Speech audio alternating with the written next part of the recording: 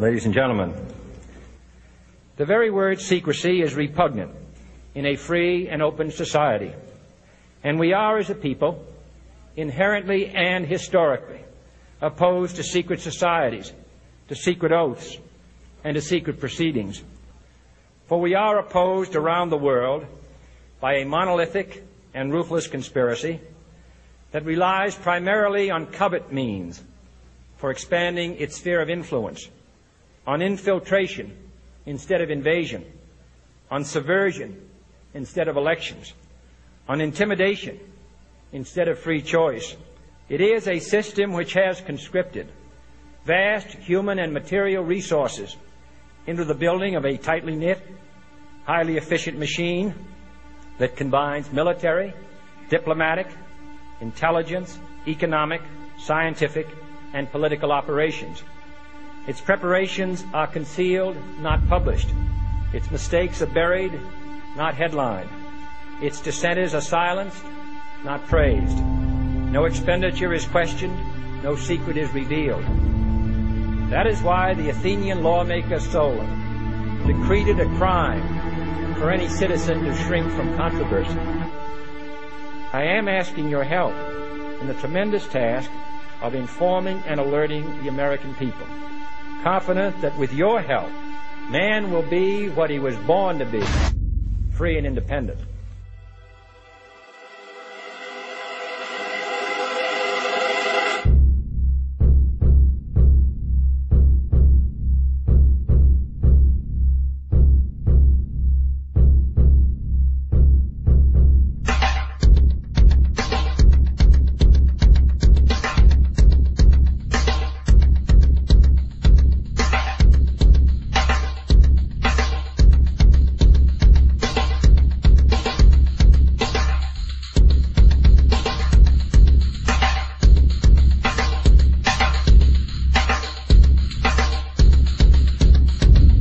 In 1775, the American Revolutionary War began as the American colonies sought to detach from England and its oppressive monarchy. Though many reasons are cited for the revolution, one in particular sticks out as the prime cause: that King George III of England outlawed the interest-free, independent currency the colonies were producing and using for themselves, in turn forcing them to borrow money from the Central Bank of England at interest, immediately putting the colonies into debt. And, as Benjamin Franklin later wrote, the refusal of King George III to allow the colonies to operate an honest money system which freed the ordinary man from the clutches of the money manipulators was probably the prime cause of the revolution. In 1783, America won its independence from England. However, its battle against the central bank concept and the corrupt, greed-filled men associated with it had just begun. So what is a central bank? A central bank is an institution that produces the currency of an entire nation. Based on historical precedent, two specific powers are inherent in central banking practice: the control of interest rates and the control of the money supply, or inflation. The central bank does not simply supply a government's economy with money, it loans it to them at interest. Then, through the use of increasing and decreasing the supply of money, the central bank regulates the value of the currency being issued. It is critical to understand that the entire structure of this system can only produce one thing in the long run: debt. It doesn't take a lot of ingenuity to figure this scam out. For every single dollar produced by the central bank is loaned at interest. That means every single dollar produced is actually the dollar plus a certain percent of debt based on that dollar. And since the central bank has the monopoly over the production of the currency for the entire country, and they loan each dollar out with immediate debt attached to it, where does the money to pay for the debt come from? It can only come from the central bank again, which means the central bank has to perpetually increase its money supply to temporarily cover the outstanding debt created, which in turn, since that new money is loaned out at interest as well, creates even more debt. The end result of this system without fail is slavery, for it is impossible for the government and thus the public to ever come out of the self-generating debt. The founding fathers of this country were well aware of this.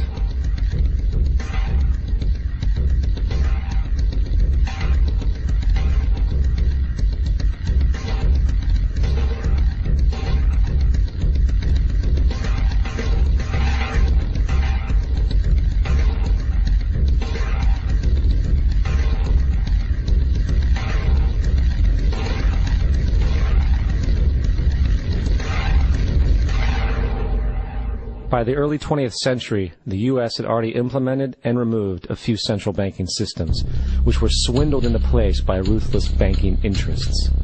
At this time, the dominant families in the banking and business world were the Rockefellers, the Morgans, the Warburgs, the Rothschilds. And in the early 1900s, they sought to push once again legislation to create another central bank. However, they knew the government and public were very weary of such an institution, so they needed to create an incident to affect public opinion. So, J.P. Morgan, publicly considered a financial luminary at the time, exploited his mass influence by publishing rumors that a prominent bank in New York was insolvent or bankrupt. Morgan knew this would cause mass hysteria, which would affect other banks as well. And it did. The public, in fear of losing their deposits, immediately began mass withdrawals. Consequently, the banks were forced to call in their loans, causing the recipients to sell their property, and thus a spiral of bankruptcies, repossessions, and turmoil emerged, putting the pieces on each other. After this bill was constructed, it was then handed over to their political frontman, Senator Nelson Aldrich, to push through Congress. And in 1913, with heavy political sponsorship by the bankers, Woodrow Wilson became president, having already agreed to sign the Federal Reserve Act in exchange for campaign support.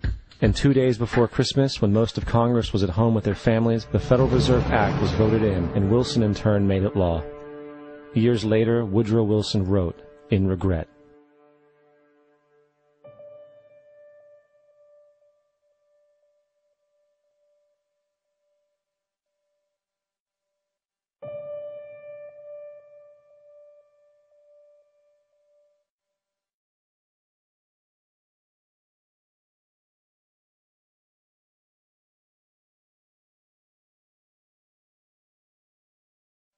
Congressman Louis McFadden also expressed the truth after the passage of the bill. A world banking system was being set up here, a superstate controlled by international bankers, acting together to enslave the world for their own pleasure. The Fed has usurped the government. Now, the public was told that the Federal Reserve System was an economic stabilizer, and inflation and economic crises were a thing of the past. Well, as history has shown, nothing is further from the truth. The fact is, the international bankers now had a streamlined machine to expand their personal ambitions. It's alive! It's alive! It's alive! For example, from 1914 to 1919, the Fed increased the money supply by nearly 100%, resulting in extensive loans to small banks and the public.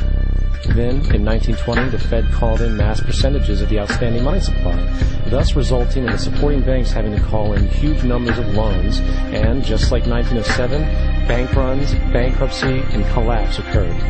Over 5,400 competitive banks outside of the Federal Reserve System collapsed, further consolidating the monopoly of a small group of international bankers. Privy to this crime, Congressman Lindbergh stepped up and said in 1921, "Under the Federal Reserve Act, panics are scientifically created. The present panic is the first scientifically created one, worked out as we figure a mathematical equation." However, the panic of 1920 was just a warm-up.